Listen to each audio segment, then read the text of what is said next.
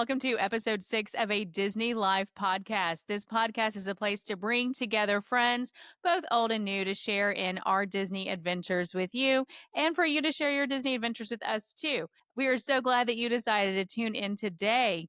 Today's episode is quite different from other episodes that we have done. Today, we are going to be talking about Disney Cruise Line. This entire episode is all about cruising. My name is Rachel, and I am joined here by my co host, Missy. Hello, everybody. Today's episode will feature Missy's pre-trip report about an upcoming cruise that she is going on out of Fort Lauderdale on the Disney Dream.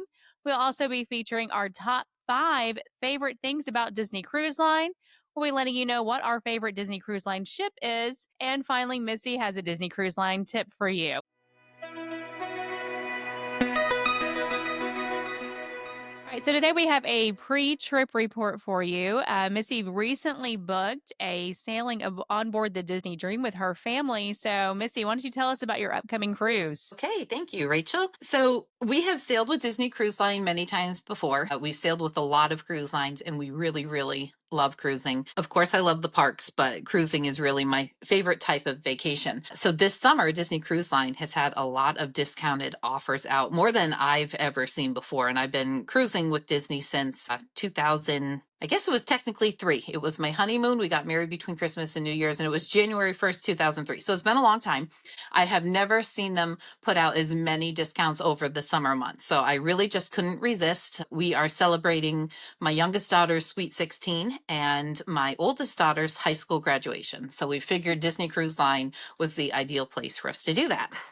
A common type of discount that the cruise line puts out is what is commonly referred to as a restricted rate. So this is when they seem to have enough space available on the ships that they'll allow you to book a category, whether it be inside, ocean view, or a veranda stateroom, that you're guaranteed to get at least that type of room or better, but you don't choose your specific stateroom at the time of booking. These are always due, paid in full at the time they're booked. They're typically closer to sale dates and usually within final payment anyway. So that doesn't make a huge difference overall. And you are not able to make any changes once these are booked. So you can't decide the next day I'm going to do a different sailing because you're locked in and within penalty once you book these. So like I said, they're usually pretty last minute. So I don't consider them to be a huge risk. When we cruise, we make sure we do have some type of travel insurance or vacation protection. So that would cover us regardless of what type of rate we booked. So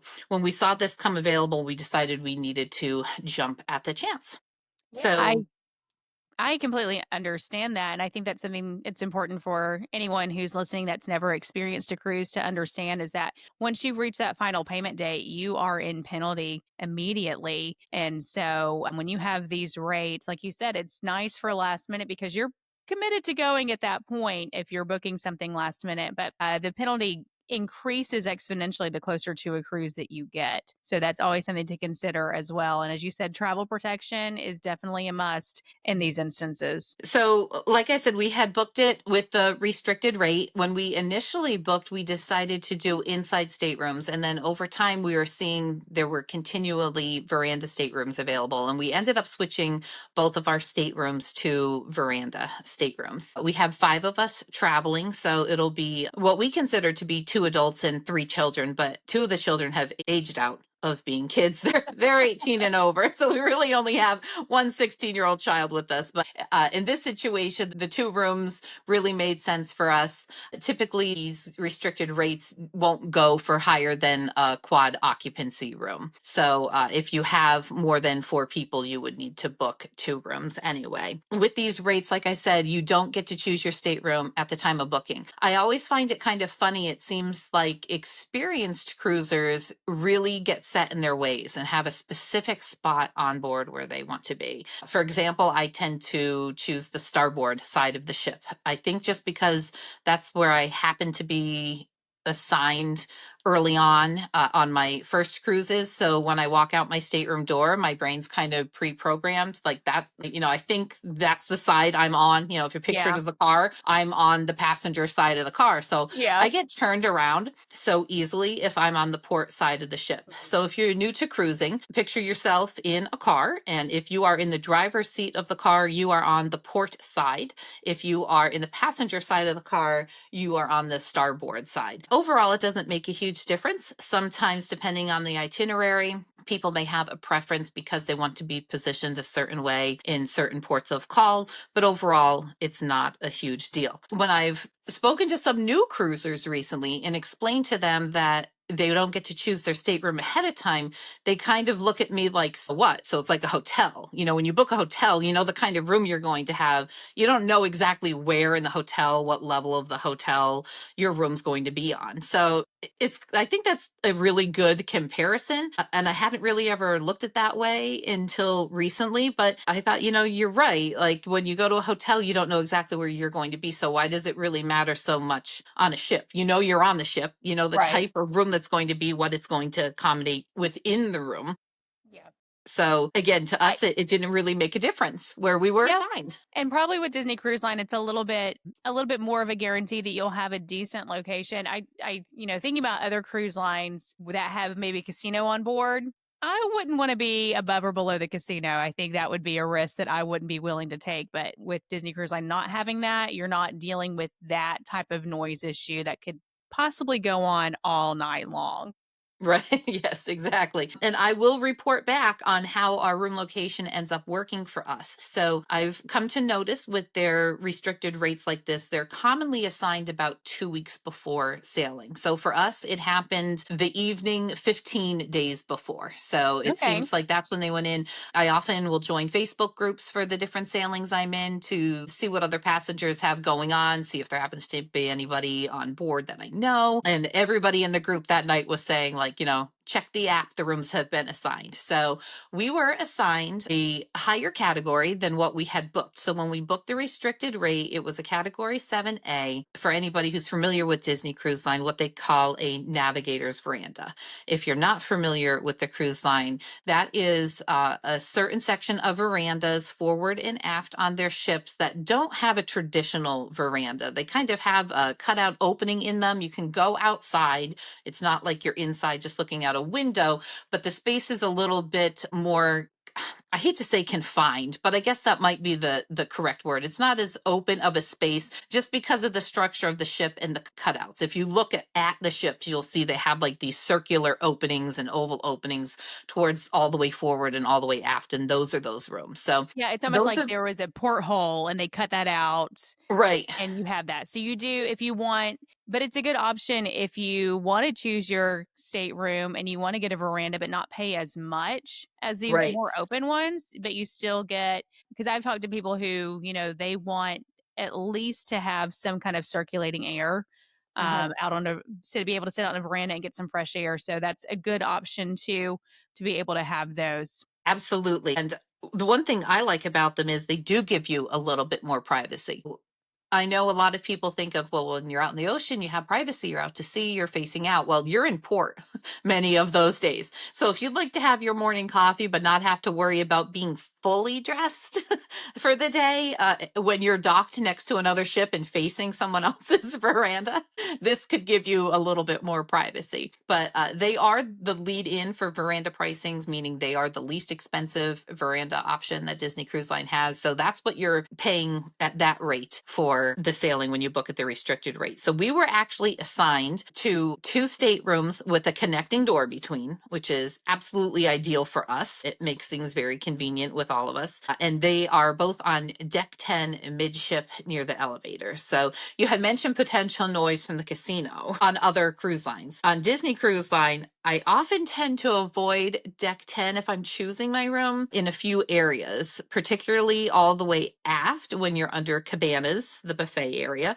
because you'll start hearing the chairs dragging around pretty early in the morning. And then again, when you're right under the pool deck where people may be sliding lounge chairs around. I don't think we're really going to have too many issues with it. Our room happens to be located directly under ice cream, which is Oh, the soft serve location. Now, Nice. the kids think that's phenomenal because we're so close to the elevators. They can walk right out. They'll go up the flight of steps to the next deck, and then there they are at the ice cream. So, That's a uh, perfect location. I mean, really, it's close to the ice cream. It's close to the pool. If you know my family, that's what we're there for. That's what we're Yeah. all about. So I think it'll work out perfectly. And it also maybe the sound will encourage the teenagers to be up a little earlier in the morning and not to sleep the day away. We'll Not to we'll miss see. breakfast. Yeah. Right. I have been in the Deck 10 aft rooms on the Disney Dream before, directly below cabanas, and we have heard some noise, but it certainly wasn't enough to keep me from booking that again. Like I said, I've stayed there back there a few times. So to me,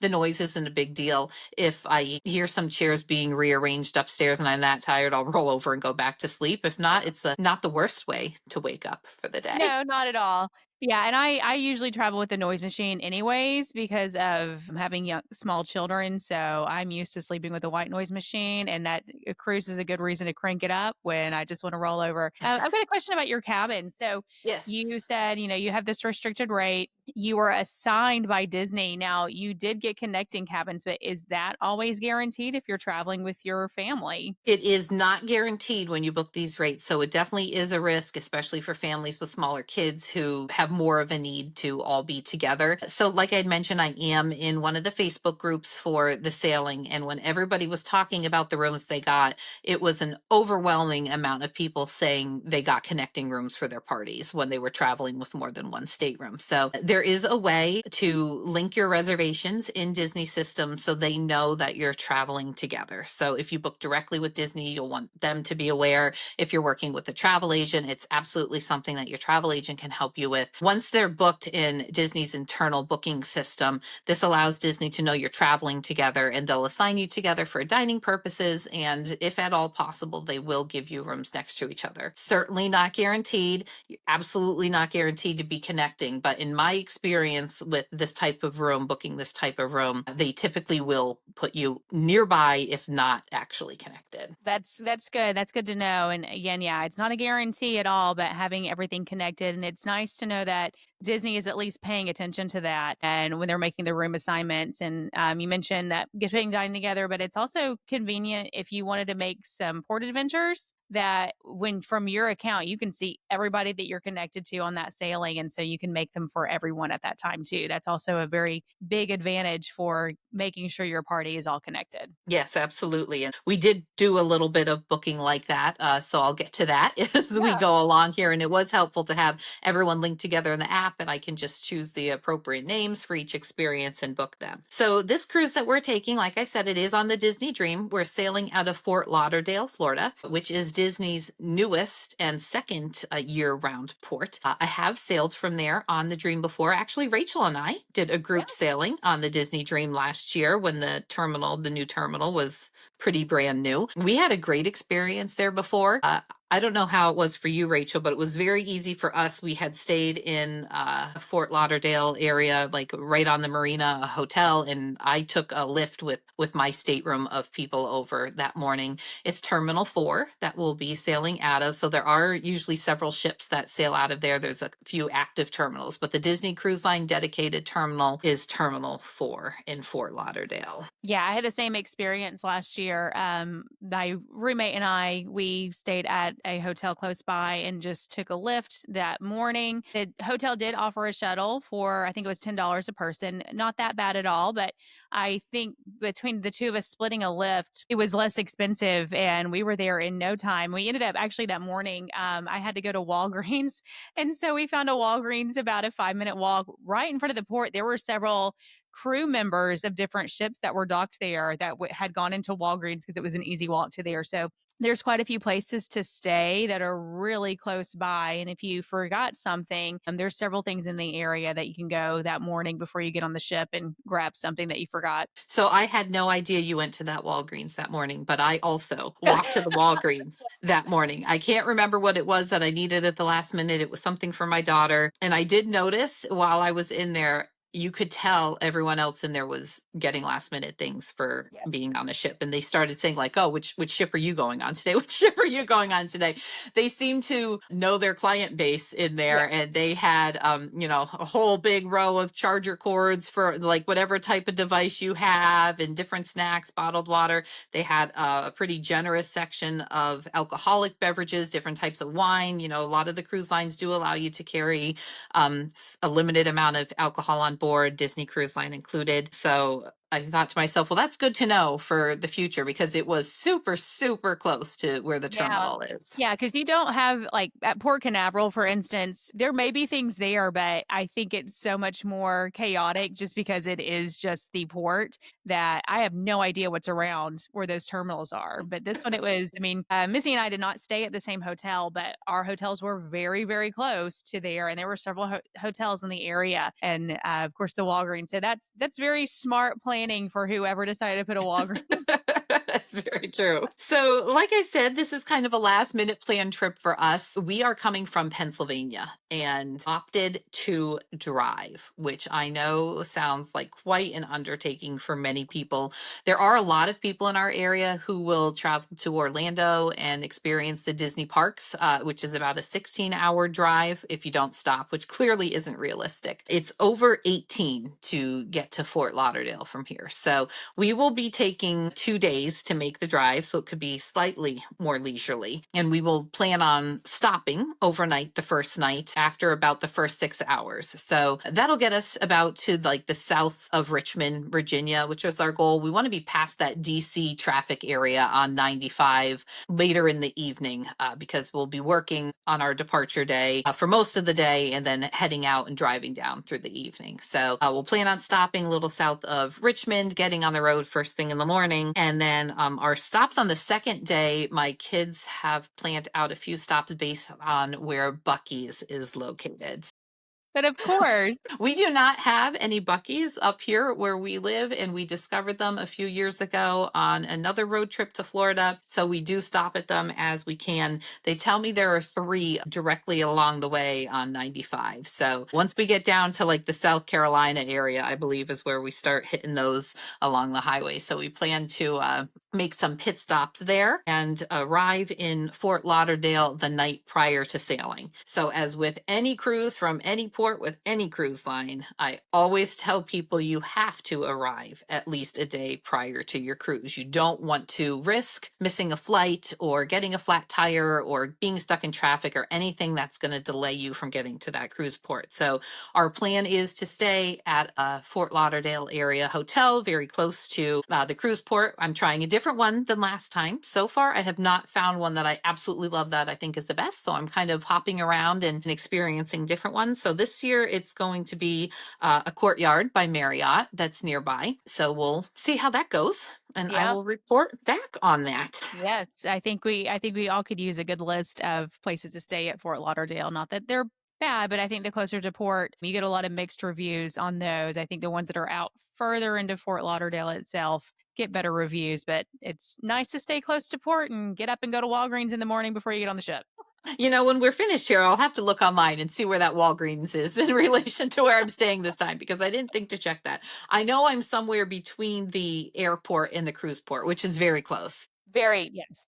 I remember several years ago, my husband and I sailed out of Miami, and the flight options worked better for us to fly home from Fort Lauderdale because they are very close. And I can remember getting to our gate and looking out to see, oh, is the plane here yet? And I looked up and I said, I think I see a cruise ship. And you can see in the distance, we saw a Royal Caribbean cruise ship from our gate at the airport. So it is pretty crazy close. Don't let that deceive you with your travel time, though, because there will be traffic. I mean, that drive probably takes 20 minutes, depending on the time of day, but they are pretty close. So I love that about Fort Lauderdale. Yeah, and then getting through security too. I know I do not have TSA pre-check, but when we sailed out of Fort Lauderdale last year on the Dream, it really I took a taxi after the cruise, and that was very easy to find and to get one. And I mean, it did not take long at all to get dropped off, but the line for TSA was very long because you do have so many cruise ships just emptying out right there.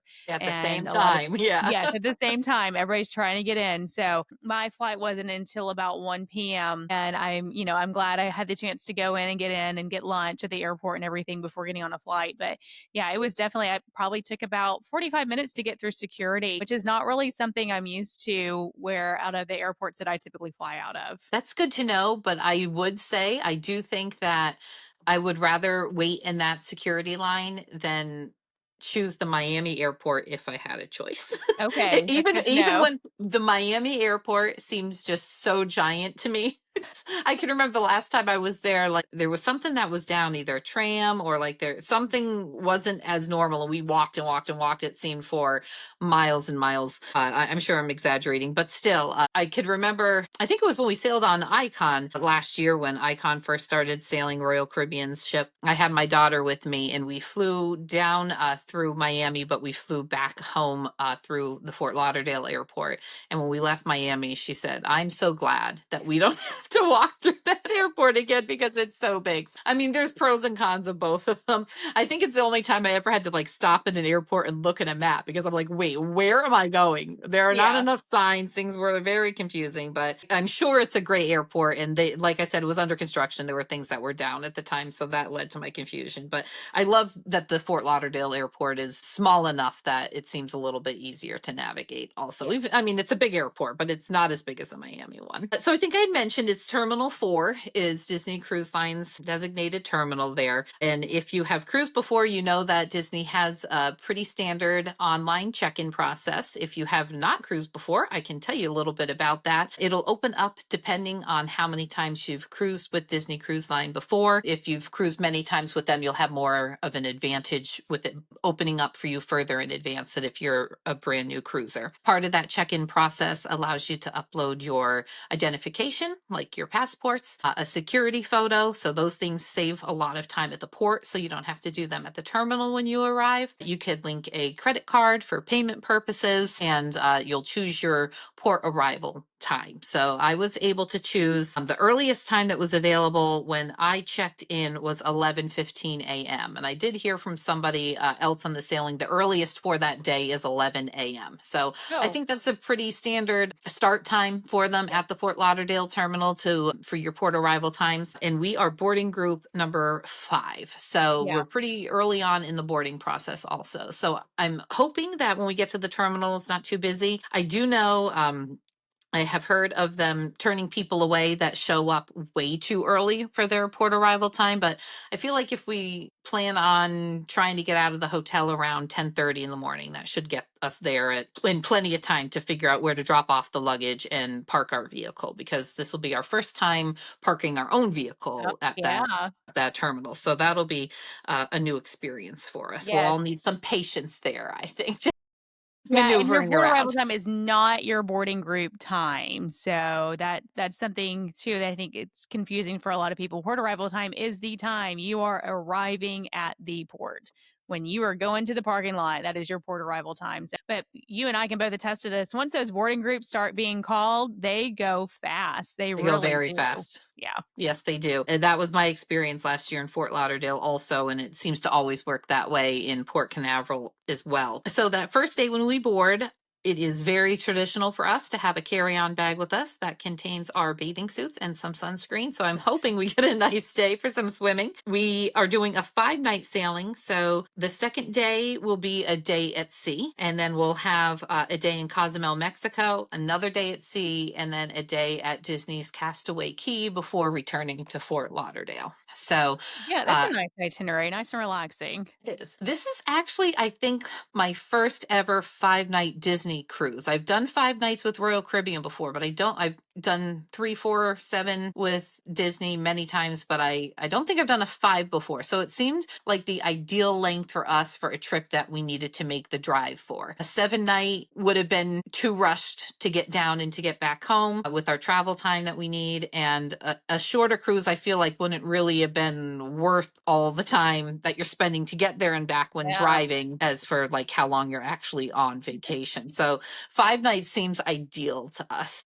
Yes, absolutely, and plenty of time, days at sea to relax, that sounds nice too, and to explore the ship, so that's what I like to do on my sea days. Yes, I agree. So, like I said, we'll be taking our swimsuits. We hope to do some swimming and some exploring that first day. We do have some people along with us who have not been on the Disney Dream before. So, I absolutely love that because I love to experience them taking it in and enjoying it. And like I said, we cruise very often, but we cruise with a lot of cruise lines. So, it has been several years since my family of four has been on this ship. October of 2019 was the last time we all sailed on this ship together. I've been on it since then. I've had one of the kids with me, but not everybody. Yeah.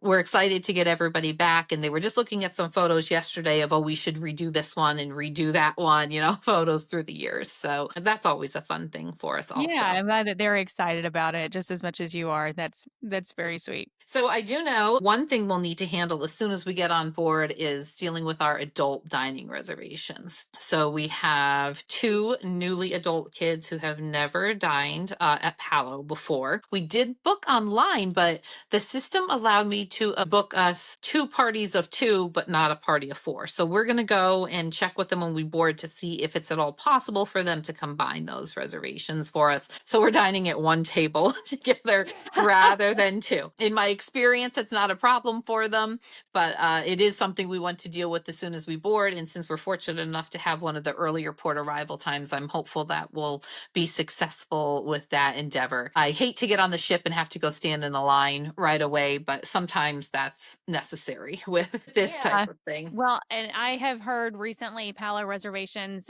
they're difficult to come by in a lot of instances anyways, especially if you do brunch, which I'm gonna assume are you doing brunch? Is that what you said? We are doing dinner on day 2 and brunch on day 4. Okay, well, there you go. So brunch in particular is very popular. And so I know somebody that they were able to get a reservation for a party of one, but not a party of two. So they have a reservation, but her husband isn't on it. So I said, well, go as soon as you get on board because they're going to sit you at a party at a table for two. So, they can make some magic happen if they're able to. But it was very odd that the party sizes and configurations that were showing up late have been showing up lately. And that was exactly our experience also with the brunch. So on day 4, we have Hello Brunch scheduled. I was able to book one party of two and two parties of one. So we have three separate reservations for four of us. And Oh, we hope to nice. have them combined as well. Now, if they really can't accommodate that and they really intend on having that many parties of one, certainly we'll let that go upon Yeah. arrival and let somebody else take it and enjoy it. But I'm hoping that they can combine us. And I feel like that must be more of a computer glitch than anything. The app seems to be very temperamental. So Yes.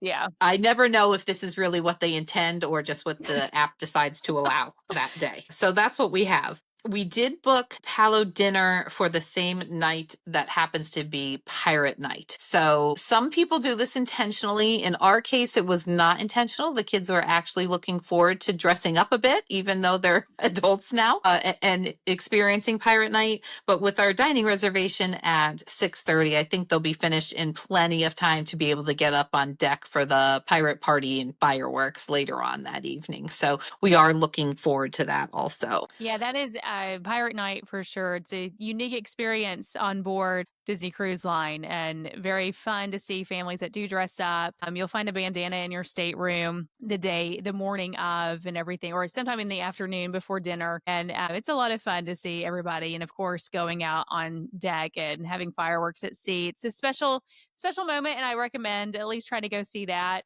even if you do have dining reservations somewhere else. But if you know what you want, you can probably get through as a party of four pretty quickly. I've heard some of the ships aren't doing the bandanas anymore, so we're taking some of ours along with us just in case. I think maybe it was the Wish they weren't doing them. I don't remember getting them on the Wish, and I've sailed on the Wish many times. Do you remember?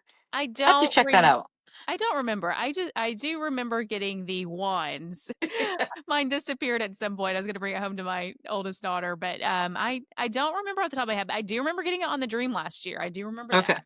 Very good. So our day 3 will be in Cozumel, Mexico. This is a new stop. Well, not brand new for me, but it's been many years since I was there last. So we decided it would be in our best interest to book one of the all-inclusive resort options. We know we wanted a beach day. We're a very beachy family. So we decided to book Paradise Beach. I've heard great things about it. We have some friends that are going to be traveling on the same sailing as us, and they have been there before and they recommended it. So we book directly. It's something that you book directly with the resort itself online. It is not an excursion that we book through Disney Cruise Line. So we're excited to give that a try that day. They have, I believe it was $68 for the adult pricing, and my 16-year-old was a little bit less than that. And that's all inclusive for food and drink while you're there.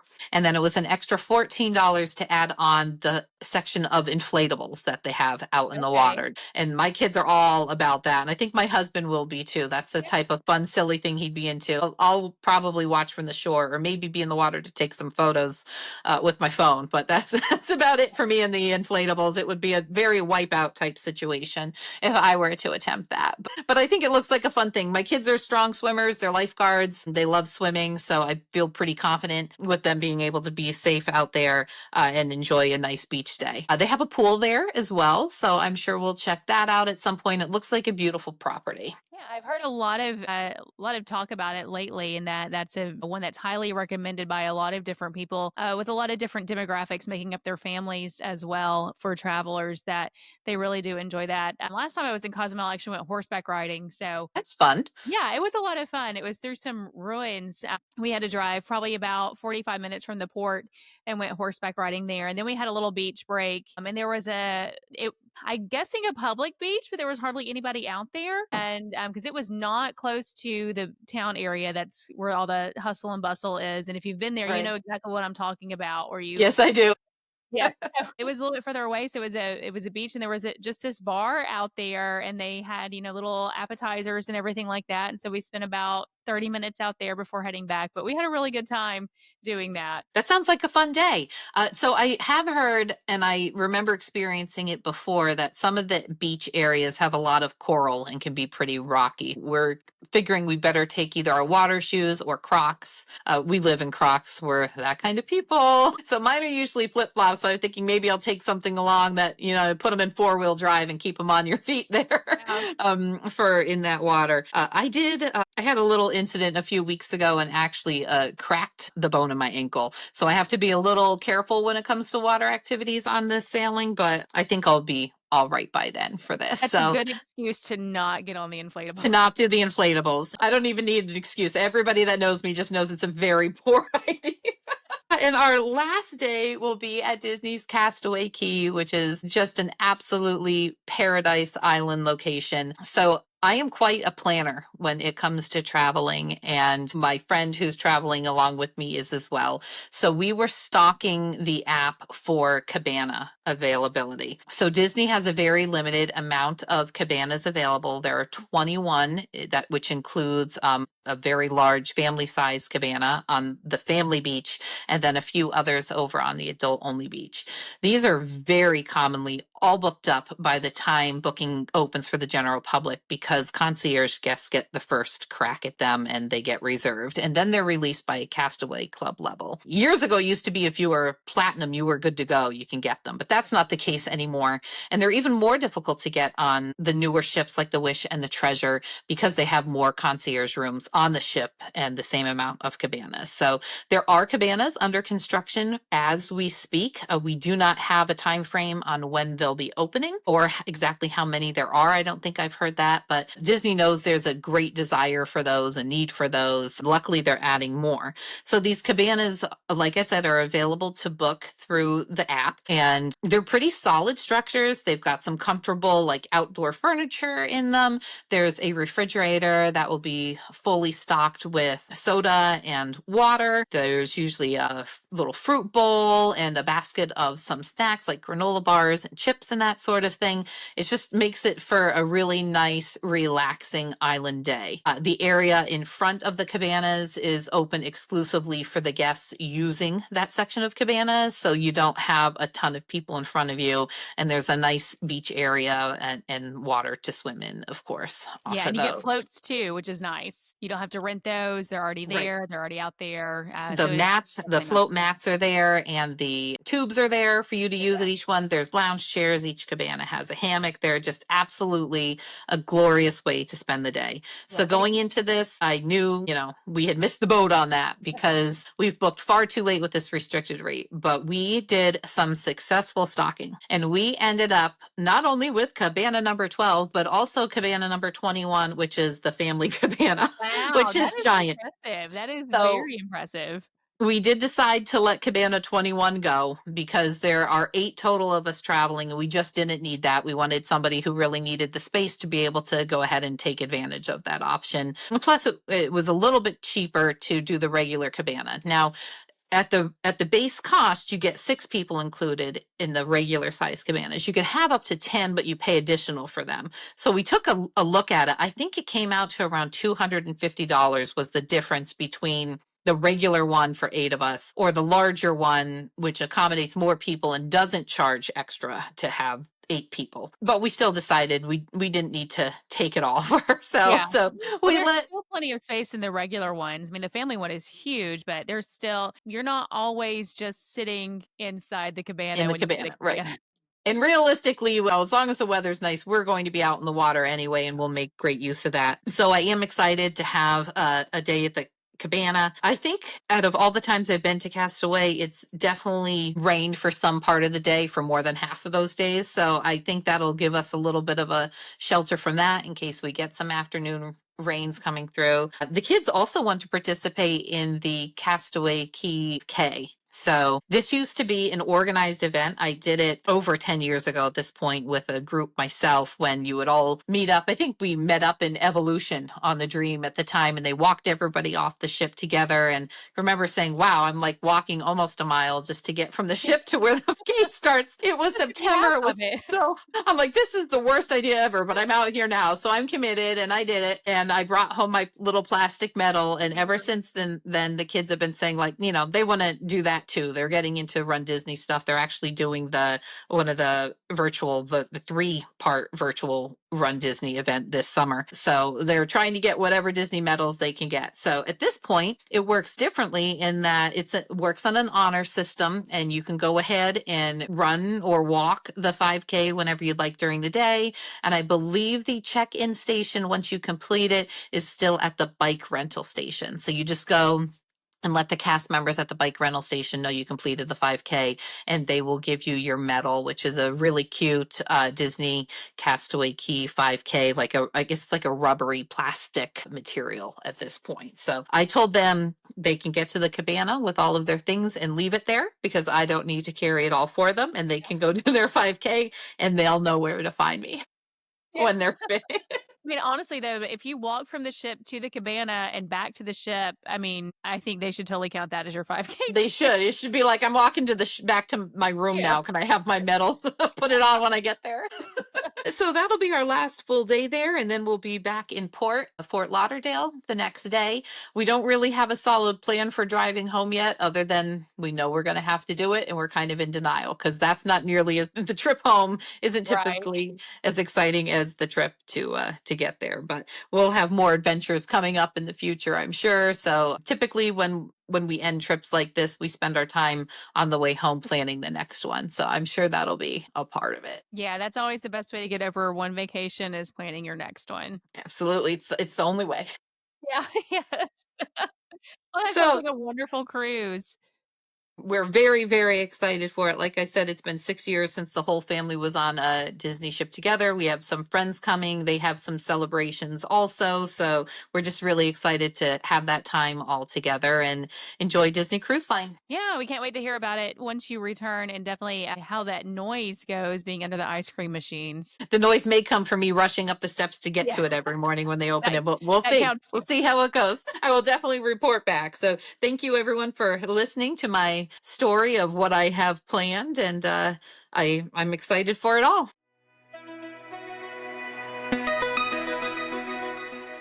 Okay, keeping on track today with our Disney Cruise Line discussion. Today's top 5 will include our top 5 favorite things about Disney Cruise Line. Now, we could get into this and be super specific about some amazing things that we love, but we decided for the purpose of today to keep it a little more general. I don't know what Rachel's top five are, and she does not know what mine are, but we agreed we would keep it pretty general and not too specific because we have a lot of content coming up in the future about the cruise line. So, Rachel, you want to go ahead and tell me what is your number five favorite thing about Disney Cruise Line? So my number 5 would be all of the onboard activities, and that is very general, but there are a lot. In particular, for me, is trivia. I love general trivia. In fact, I go to a restaurant in town and play trivia once a week, every single Aren't week. you fun? Wow. So you're probably really good at it because you know So all kinds of random I trivia do now. pride myself in having a head full of useless information. So I love trivia. I'm not great at the very specific trivia. Disney will have Marvel trivia, Star Wars trivia, things like that. I Uh-huh. am not great at the very specific, but when it comes to general trivia, I am there and I love it. So the onboard activities and in particular the trivia, there's always something going on, and I think that's really special about it. So I haven't done a ton of trivia with Disney Cruise Line, but I was the winner one time, Oh. and it was a 90s music trivia. Don't want to brag, Yeah, very fitting. I mean, but right? I got a keychain. When I knew what top 40 songs were, this was the time period. All right, so my number five is the stateroom options that Disney Cruise Line offers because I think their staterooms are so incredibly comfortable and well laid out. And that goes for the entire fleet. If you compare some of the classic ship rooms on the Magic with the brand new rooms we've seen on the Treasure, they've improved over time in many ways. There are some things I like better about storage on the older ships and the newer ships, but I just find them to be so comfortable and well laid out. The beds are like sleeping on a cloud. And it's not just because you're at sea and you're getting rocked like a baby at night. It really just a fantastic mattress. I've been Buy tempted the to buy one. mattresses, you can buy them. I know people who have, and they've told me it's just not the same. So I don't know if they got the wrong thing or if it's because it's not on the ship or what the deal is, but I just love the staterooms, even the inside staterooms, which are the least expensive options. Sometimes people will turn their nose at them a bit because, they think they need a veranda. I have absolutely loved inside staterooms just as much as some of the veranda rooms. I'll throw in a little nod to their suites as well. I have been fortunate enough to stay in some of their suite options, and they just do a phenomenal job with the layout of the rooms and the comfort of the rooms, and then the service you get along with those concierge suites as well. So my number five is the staterooms. All right. Well, my number 4 is that there are characters everywhere, especially the day when you walk on that ship, you are going to see characters and they are out at places and things like that. One thing I loved about the Wish is that there's kind of like this balcony type area, and there were princesses up there all the time, it felt like. So Mhm. Royal Gathering is something that's very popular. You can book that at 30 days out to get a ticketed time to come back and meet several of the princesses all at once. They'll be out there in the atrium that you can see them. But I think what people don't realize is that even if you don't get that ticket, you have the opportunity at other times to still meet every single one of those princesses. It's not like a one and done deal. If you don't get this, you don't Right. get to. So I love that, especially with young kids or even adults that love to get pictures of characters. There are so many great photo opportunities on board. I love on the Wish and Treasure how they'll always have characters up on that little balcony in the grand hall, Mhm. and they pay attention to what's going on. They're not just like standing there. They're waving, they'll make eye contact with you. They interact even though it's at a distance with all of the guests, especially the younger kids. So that's always a fun thing to see, I think also. Yeah. Okay, I'm kind of following along the theme here of comparing it to other cruise lines because, like I said, I've done a lot of cruising with other cruise lines. And I feel like even though there are some other cruise lines that have some fantastic crew members, the cast members on Disney cruises are just a level above the rest of your standard ocean cruise lines. They will treat you like a VIP. If you have a question, they will find the answer for you. I have been on other cruise lines numerous times where if you asked a crew member something and they didn't know, they would apologize and be very kind for not knowing, and then they would tell you to go to guest services. That's not going to be an experience you have with Disney Cruise Line. If they don't know the answer, they're going to find the answer for you. Chances are they already know the answer, but if they don't, they will find it. So I just think the treatment that you get from the cast members on Disney Cruise Line all over the ship, not just in the dining rooms, but wherever they may be, they're just top notch. Yeah, they really are. And I'm in a couple of Disney Cruise Line Facebook groups, and you'll often see people post pictures of cast members and say, "Hey, does anybody know what ship these people are on? We'd love to see them again." And I think that's really special because clearly you're forming a bond with them, and these cast members work so hard, and so they really do. But it's nice because you can see too, they're away from their family, they're away from their homes, and I think they kind of like to have that special connection with families that are coming on board too.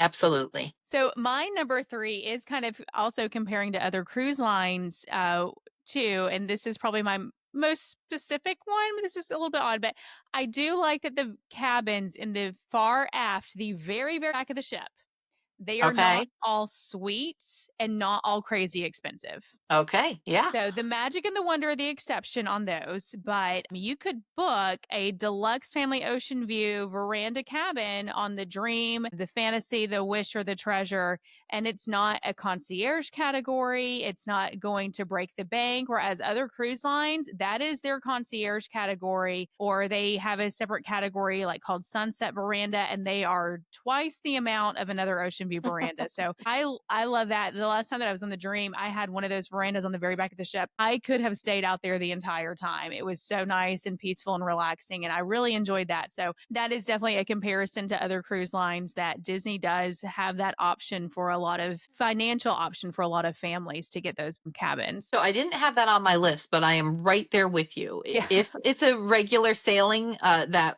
we've booked ahead of time and choose our stateroom, 9 chances out of 10, we're choosing one of those aft facing rooms. We love the larger balconies, and we spend a lot of time on the balcony on most cruises. We make it a point to stay out there. I'm tempted to go back and get right to bed because the bed is so comfortable at night, but I really try to make myself get up and go enjoy the balcony. I love seeing the wake of the ship, especially lit up at night, seeing the water churn and the foamy white water in the blue. Like I know it's very well lit to make it look pretty. Although I remember with Scarlet Lady, it was red when I sailed with Virgin Voyages a Well, couple of times, and that's really well, I neat. guess They that makes light it up sense. red at night. Yeah.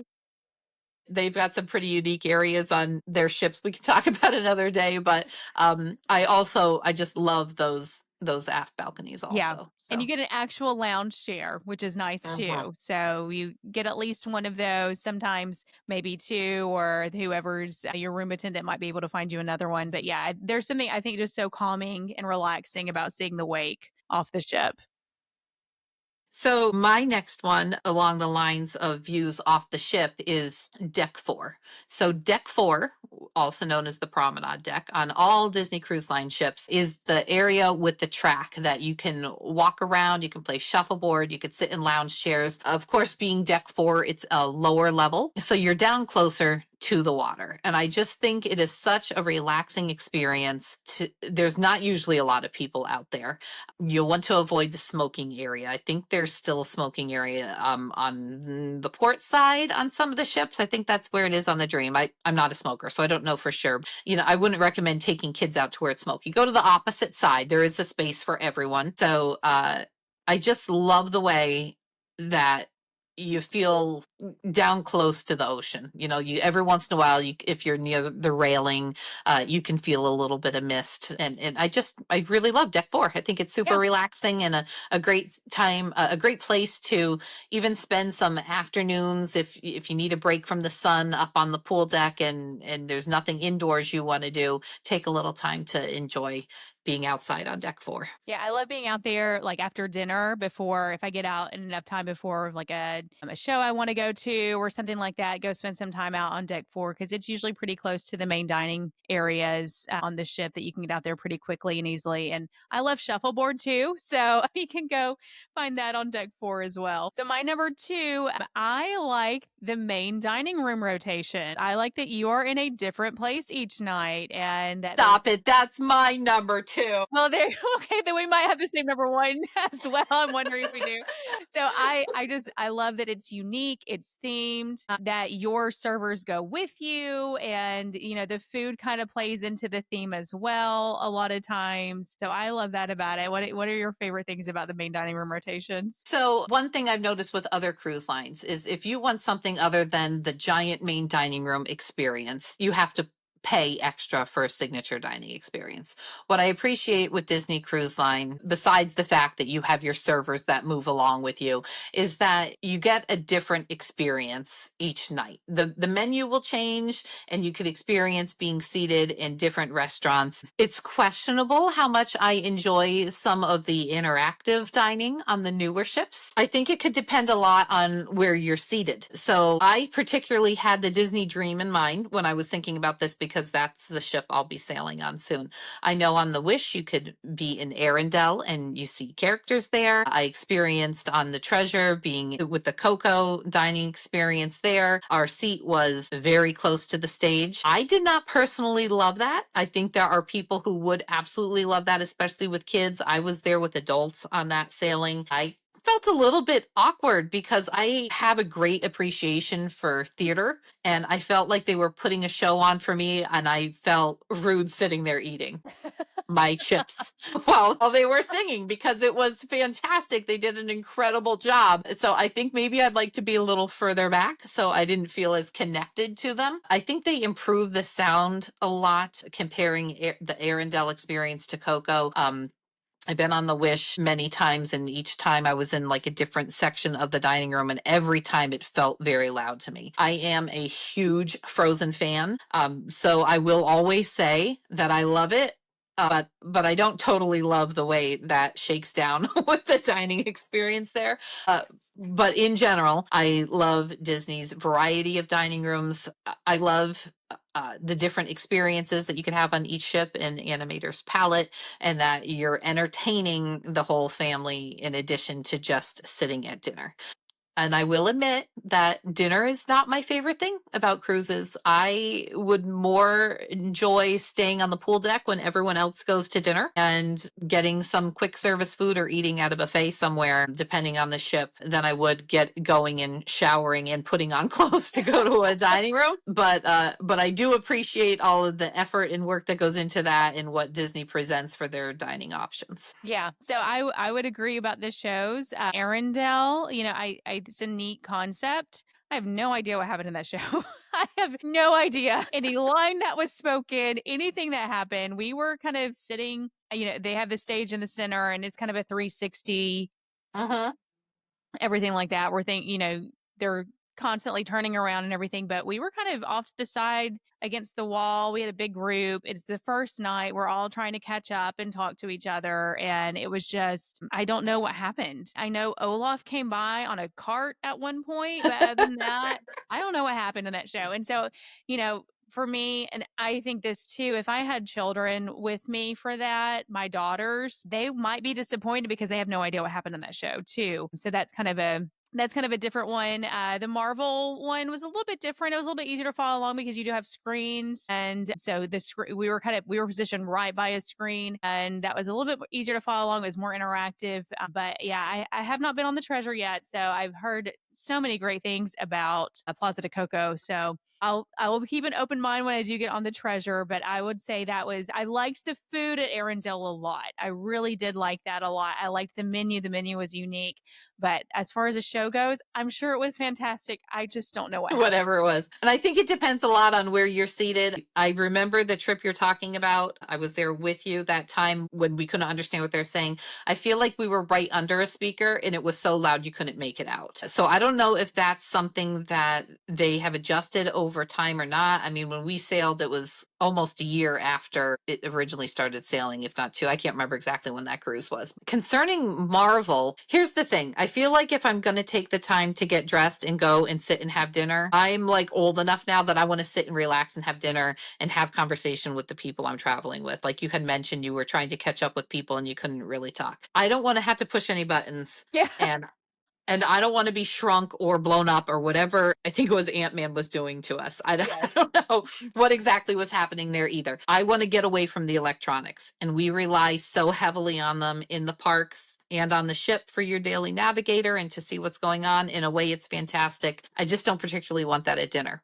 That's me. I'm sure there are people out there who absolutely love it. I appreciate the fact that when my children were small and we sailed with Disney Cruise Line, we used those dinners as opportunities to have them experience different foods that they wanted at home, to have them meet cast members who are the servers from all over the world, to have them learn how to act appropriately in a nice restaurant, because back then people got dressed nicer to go to the dining Mhm. experiences. Now people wear shorts and t-shirts more commonly, and that matches the experiences that are having, but it's just a little bit different. So I think you'll still see that varied some ship by ship, and the newer ships I think are just a more relaxed interactive dining experience, so it's going to be different than what you'll see in Enchanted Garden and Royal Palace on the Yeah, Dream. and I don't disagree with that at all, and I think dealing with other cruise lines, one thing that's unique about, Disney Cruise Line is that Cabanas or Marceline is not open for dinner, and other cruise lines, you can go to the buffet, so I hear a lot of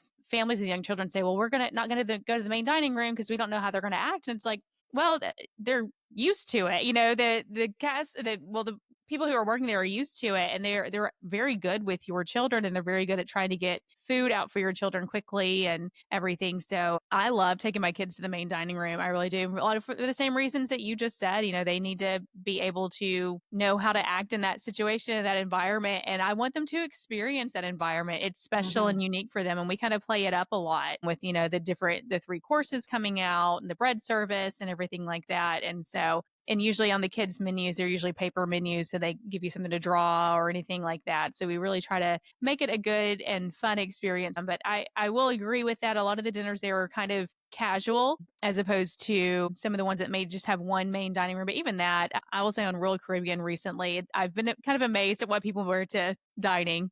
Mhm. So it's just we do like to get dressed up too, at least, kind of in a business casual sense on most nights as well.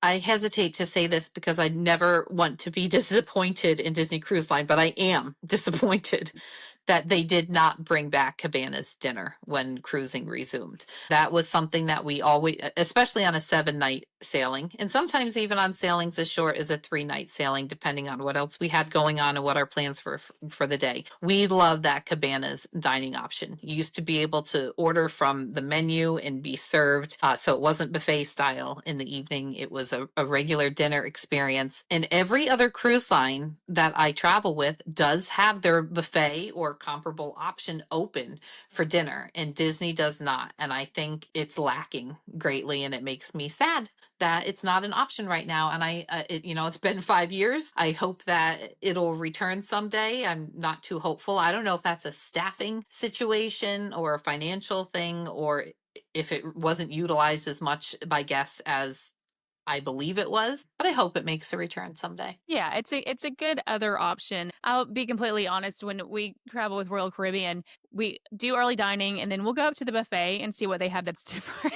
They usually have a lot of the same stuff that's on the menu for the night, but they'll always have something different too, or we'll get a couple of different desserts. And so, because when you're having dinner at 5 and you're not used to having dinner until 7:30, 8 o'clock, typically back at home. So we like to go and do that as just kind of a, mid evening snack, I guess. And for the record, I am aware that room service is an option. And I'm also aware that you can eat the quick service out at the pool area, which is increasing in options all the time, right? So when we saw the options on the Wish and the Treasure, they were more than what we had experienced on the other ships. I know during the Dreams refurbishment last fall, they added in some more food options at the pool area. So I know there are places to eat. I just really miss that option in Cabanas. Yeah, it's different. It's different. All right, we're down to number one. Okay, What do you I got for me? I think it's gonna be the same. I Uh-oh, have a I don't think it is. I don't okay, think it is. okay, all right. So I said the private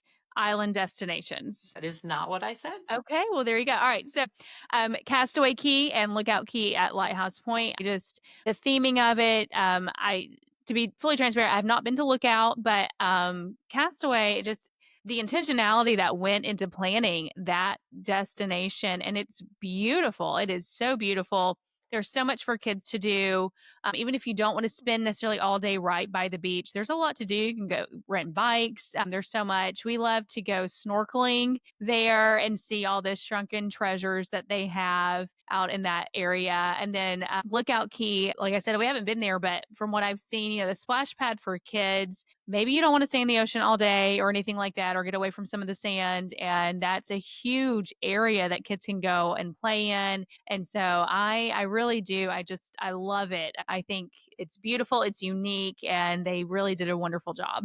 I can remember when they first started sailing in the late 90s and it being such a huge, huge deal that not only did they have their private island, but they built that pier so that you can walk off of the ship and automatically be on their island without the need to tender. And they have maintained that incredibly. The entire island, I think, is absolutely as gorgeous now as it was back then when they first started sailing. And there's really something for everyone there. It's so convenient to get on and off the ship if you needed to get back on during the day for anyone. Like you said, there's the bikes, there's the snorkeling, there's so much to do. I appreciate that they have their private area for adults only, that you don't have to pay anything extra. I know some of the other islands will have, like Royal Caribbean has is a hideaway. I think Hideaway Beach is what they call it.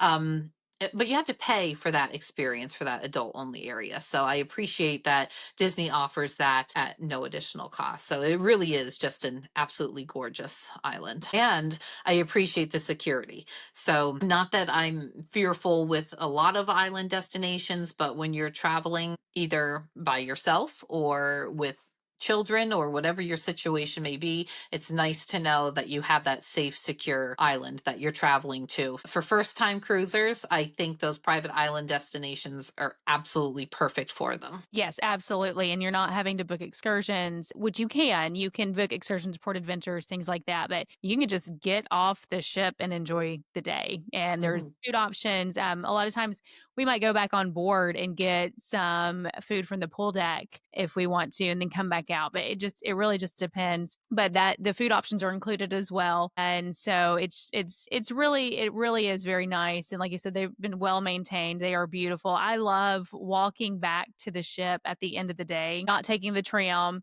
and just walking back and seeing just really taking it all in and taking my time to do that. And next time I'm gonna claim a 5K medal. And that's a great opportunity for some fantastic photos also. I mean, usually later in the day will be a little, in my experience there, you'll have a little bit more sun, hopefully, most days than you'll have first thing in the morning. I feel like you get that morning haze sometimes that needs to burn off in my experience there. So the afternoon seems like a great time for photos for me. All right, what's your number 1? I'm curious since we don't have the same one.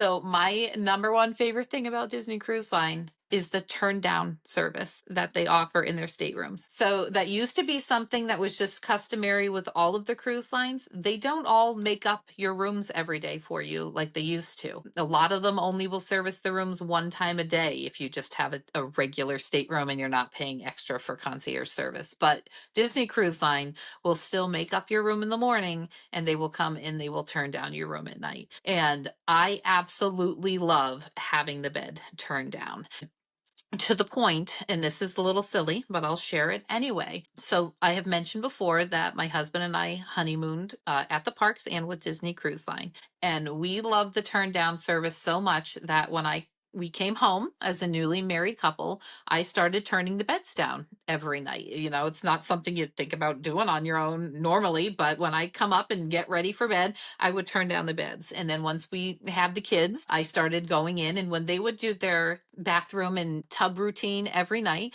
I would go in and turn down their beds. And my youngest was probably 4 or 5 years old before she discovered that the turn down service was not, in fact, a magical service that came at night. It was just mom getting the beds ready because to her, it just magically happened every night. She never saw me do it. And my husband would routinely make jokes about the turn down service coming. So, in her magical mind, like this was on par with Santa Claus, They would have been really disappointed when she moved out.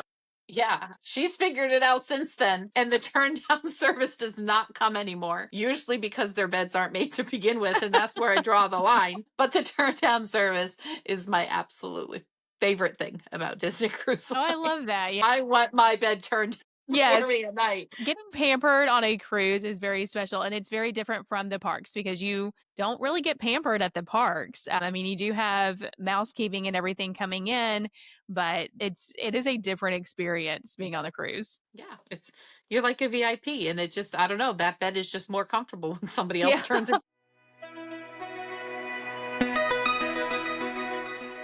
For today's listener question, we were asked what our favorite Disney Cruise Line ship is. So, Missy, I have a controversial answer. And this is controversial, I know, from a lot of people who sail Disney Cruise Line frequently, but my favorite ship is actually the Disney Wish. Okay, well, that's not too controversial. Okay. Yeah, but I do know a lot of people who like it, but it's usually not the favorite. Some of the things that I love about I love the color scheme. There's a lot of blues and a lot of neutral tones on board, a lot of gold too, and I love that that's carried through to the cabins. I really do like that. I've not been on the Treasure, but I think I would love the color scheme there too. The jewel tones that are found throughout. I loved Marceline Market, and I got a mini charcuterie board every day for lunch. How cute is that? So I love that. And we mentioned in our last segment, you mentioned the food along the pool deck. And so the Wish has the Mickey and Friends Festival of Foods. There's a lot of options out there for different types of food that you can get. And those were all really great. There's a slide to the kids club. I loved that. I loved that about it. I did go down it when they have their open house. The Aqua Mouse is so much fun. And I like to go on the adult shows at night, like Match Your Mate, things like that. And I like that those were at Luna, the space where they house those. I like that space a lot better than is what is on the other ships, like the Dream or the Fantasy, the Magic, and the Wonder. I thought this space was much more inviting and accommodating to house those kind of shows. So I thought those were all nice. And of course, I spent time at Senses, and I think their Senses is gorgeous. And there was just a lot of things that I did. Now there are other things that I didn't care for. The pool situation on the Wish is interesting to say the least, because there really isn't that one feature pool that some of the other ships have. They kind of wanted to say, hey, we have more pools, but then you're kind of looking at it going, that's a pool? Mhm. Yeah. And so I didn't care for Arendelle just because I had no idea what was going on, not because it wasn't a cute idea or because I didn't like the food. But so not every ship is perfect on that, but I just liked the Wish a lot. Okay, I don't think that's a bad answer at all. I don't think it's that controversial. I think a lot of people love The Wish. I also love The Wish. I think that it's very unique that Disney is doing what they're doing with their newer ships with their focus on certain designs. So we've got The Wish, that's the fairy tale, the princessy ship. It's not only for princesses, anybody can enjoy it also. I agree, the color scheme, I think the Grand Hall is absolutely gorgeous, and I think the rooms are beautiful. I was very skeptical at first when I heard we were shifting away from the nautical themed staterooms, your traditional navy, red, white rooms like we have on the older ships, classic ships, shifting over to princess themes. I wasn't certain how I'd feel about that. I do love it. I think that's great. I'm eager for you to get on the Treasure, because I did not think the color scheme was great when I saw artist renderings. But when I boarded that ship in December, it was breathtaking. I didn't think I'd ever think there was an atrium area as beautiful as the Grand Hall, but I think in its own different way, the Treasure has matched that, because I think it's equally as gorgeous. But I think my favorite ship, I mean, I could just take the easy way out and say it's whatever ship I'm going on, because Yeah. it is like I will be happy with whatever ship I'm on. But I love the Disney Dream. I think it may be because it's the Disney ship that I think I've probably been on it more than any of the other Disney ships. I still love the atrium area and their chandelier. I love how the chandelier reflects down onto the grand piano below. Yeah. And again, these are probably a lot of really nostalgic things for me. It's super interesting to me that you mentioned Luna. I am the opposite. Really? I don't like Luna's area. I don't like where it is. I love Evolution, and that it's all the way. I feel like having that adult exclusive area in the back of the Dream and the Fantasy is my preferred option. I actually probably like Europa a little bit more than I like the District on the Dream. So Europa is the adult, the club and lounge area on the Fantasy. The District is what it's called on the Dream. I might like Europa a little more than the District, but they're super, super comparable, so it's not that much of a change. I could remember having tears in my eyes several years ago. I think it was probably like the end of 2015, maybe, when the Dream went into the first big dry dock and they added Satellite Falls. That's what locked it in for me. This would be the Fantasy, because all of these things are pretty much the same on both of those ships. So they didn't originally have Satellite Falls. When the Fantasy started sailing, it did. They added it onto the Dream. I absolutely love that. They added the little puddle pool, which is something that the Fantasy also had and now has been added to the Dream. So quite honestly, I don't know why I'm choosing the Dream over the Fantasy, other than I think I like the chandelier better on the Dream, the colors of it. It is a Because gorgeous they're chandelier. it is. They are pretty identical though. But I think since I've spent more time on the Dream than on the Fantasy, that's why the Dream's pulling ahead. But I mean, you really can't go wrong. Now, the poor, I don't. Poor Magic and Wonder at this point, just because they're older ships. You hear things on occasion. They've had a couple water issues. People hear that and they freak out a bit. It's not coming in from the outside, people. It's just some pipes that need to be replaced. Those ships are still so special to me. I am eager to see in the future where they're sailing from. I hope we can get some more unique destinations. I would love to get a ship back up here in New York. I feel like Disney put them up here at not ideal timing for people from this area, because they were typically up here in October and in, September to early November, basically. And our kids, a lot of times, like, our schools don't go back at the same time as a lot of schools in the South. I think we're starting around Labor Day. So people aren't as likely to pull their kids out of school. But I feel like if they would give us a ship up here year round, with that stop, when they would do that 7-night itinerary and stop in Port Canaveral, and you'd get the transfer to Disney World for a day and the ticket included, like, that was it for me. Like, I would be booking that whatever I possibly could, like, for being up here in this area of the country. So I would love to see that with one of the ships eventually. I know that's not what the question is, but just figured I would throw that in there, because I'm eager to see where the Magic and the Wonder end up once we get more ships in the rotation here. Yeah, definitely. It will be interesting. And I know Galveston has been a port that's used a lot lately, and that I think other cruise lines are beginning to utilize that port too. So it'll be interesting to see what's going to happen to where some of these ships are going to start going out of. All right. So if you have a question that you would like to submit, or if you would like to have anything featured on this show in the future, please send us an email at a disneylife@storybookdestinations.com or podcast@storybookdestinations.com. Again, that's a disneylife@storybookdestinations.com or podcast@storybookdestinations.com. You can also join our Facebook group and search for A Disney Life there. And we also have an Instagram now, and our handle is A Disney Life Pod.